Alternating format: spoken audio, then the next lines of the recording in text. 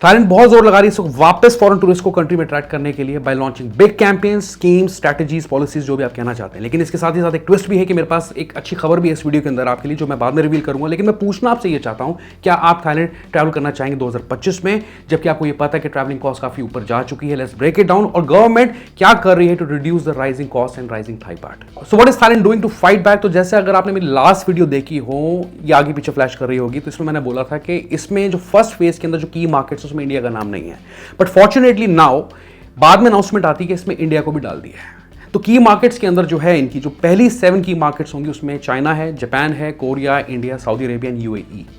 अब इस प्रोग्राम के तहत आपको कुछ एडवांटेजेस मिलने वाली। पहली एडवांटेज ये रहेगी कि आपको 24 घंटे की टूरिस्ट पुलिस सर्विस मिलने लगी है। अगर मैं सेफ्टी कैंपेन्स की बात करूं, इसका नंबर होगा 1155। तो अगर कोई भी प्रॉब्लम आपको वहां रहते हुए आती है, you can use this service.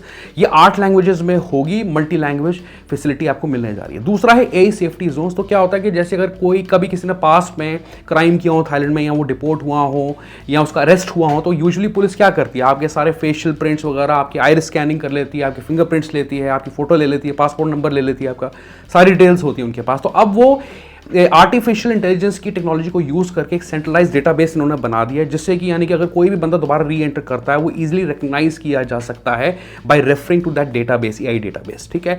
तीसरी चीज ये है कि साउथ एशियन गेम्स भी 2025 में यानी कि नवंबर या दिसंबर में last month of the year launch होने लगी हैं। इसके लिए भी प्रमोट करने के लिए ये पहली की मार्केट्स को अट्रैक्ट कर रहे हैं, जिसमें इंडिया भी है। Now they want to attract 40 million tourist this year once again by giving subsidies to local businesses. लेकिन चैलेंज यहां पे सबसे बड़ा ये है कि now tourists can compare Thailand with cheaper neighbors like Vietnam, Cambodia और Indonesia. अब गवर्नमेंट क्या मेजर्स ले रही है, and how Thailand is trying to control the strong baht. तो इसमें क्या है कि जो इनका सेंट्रल बैंक है उन्होंने इंटरवीन किया है बीच में, और वो क्या करने लगे, फॉरेन रिजर्व्स या फॉरेन एसेट्स में पैसा लगाने लगे हैं। इसका मतलब ये हुआ कि जो उनके फॉरेन रिजर्व्स हैं अपने, अगर वो एसेट्स में फॉरेन एसेट्स खरीदने में लगाते हैं तो वो रिड्यूस होंगे तो विद दैट रिजल्ट थाई बाट की वैल्यू नीचे आएगी। प्लस थाईलैंड में क्या है कि गोल्ड का ट्रेड बहुत ज़्यादा होता है, यानी कि काफ़ी ज़्यादा एक्सपोर्ट किया जाता है थाईलैंड से, जिसकी वजह से प्राइसेस या थाई बाट की जो वैल्यू काफ़ी स्ट्रॉन्ग है। तो ये लोग क्या कर रहे हैं, अब ये गोल्ड टैक्स शुरू करने लगे, ट्रेड टैक्स लगाने लगे, क्योंकि यहाँ पे ट्रेडिंग गोल्ड की ऑनलाइन भी की जाती है यूजुअली। तो अगर कोई ऑनलाइन ट्रेडिंग करता तो उस पर वो टैक्स लगाएंगे, ये टैक्सेबल होगी वो। प्लस ये they are going to curb the interest rates. तो ये भी अगर ऐसे इंटरेस्ट रेट कम रखते हैं हर एक प्रोडक्ट पे, हर एक चीज पे, देन थाई बाट की जो वैल्यू है नीचे गिर सकती है। Plus they are going to investigate mystery money inflows, यानी कि कहने का मतलब जैसे मैंने आपको बताया था अनआइडेंटिफाइड फ्लो ऑफ फंड्स, क्योंकि काफ़ी फेक कंपनीज चल रही हैं, फेक इन्वेस्टमेंट्स आ रही हैं, काफ़ी फेक चाइनीज कंपनीज पैसा लगा रहे हैं थाईलैंड में, जिसकी वजह से जो भाट है उसकी वैल्यू बढ़ती जा रही है।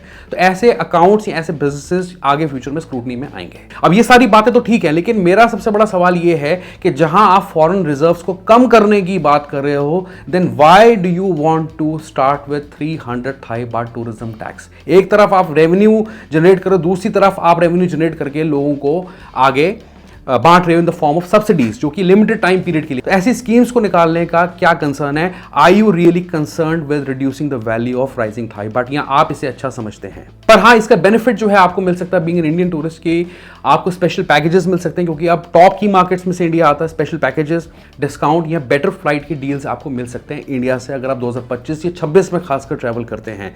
चाहे आपको थाईलैंड एक्सपेंसिव लगे ना लगे, but Indian travellers might actually enjoy the best offers. पर मैं आपसे आगे ये पूछता हूं कि क्या आप ट्रिप प्लान करना चाहेंगे? तो मैं आपको बताता हूं कि आपको ट्रिप प्लान करना चाहिए या नहीं करना चाहिए। तो अगर आप बीचेस पसंद करते हैं, नाइट लाइफ पसंद करते हैं, या आप सी गेम्स, साउथ एशियन गेम्स देखना चाहते हैं, इवेंट्स देखना चाहते हैं, तो थाईलैंड आपको still delivers a good value. अगर आपका बजट है यहाँ पे, या बजट ही आपका कंसर्न है, या आपकी मजबूरी है कि आप इस वक्त एक्सपेंसिव ट्रिप नहीं कर सकते, तो बेटर ये है कि you should opt for Vietnam, Cambodia या इंडोनेशिया जैसी कंट्री, जिसके बारे में मैं एक्चुअली जो है एक वीडियो करने जा रहा हूँ। इसमें पूरा कंपैरिजन मैं आपको दूंगा कि वियतनाम, कंबोडिया, इंडोनेशिया या थाईलैंड का मैं कंपैरिजन दूंगा ट्रैवल कॉस्ट का। तो वो आप देख लेना, एक बार आपको क्लियर हो जाएगा कि आपको कहाँ प्लान करना चाहिए। उसके लिए आपको चैनल को सब्सक्राइब करना पड़ेगा और वीडियो को लाइक करना पड़ेगा। ऑलराइट, तो ये था इस शॉर्ट वीडियो के अंदर जो की अपडेट्स थे वो मैंने आपको दे दिए हैं। आई होप कि आपको ये वीडियो अच्छी लगी होगी। इस अपडेट को शेयर करें सबके साथ, वीडियो को लाइक करें, चैनल को सब्सक्राइब करें, hype this video as well. Good bye, take care, bye bye.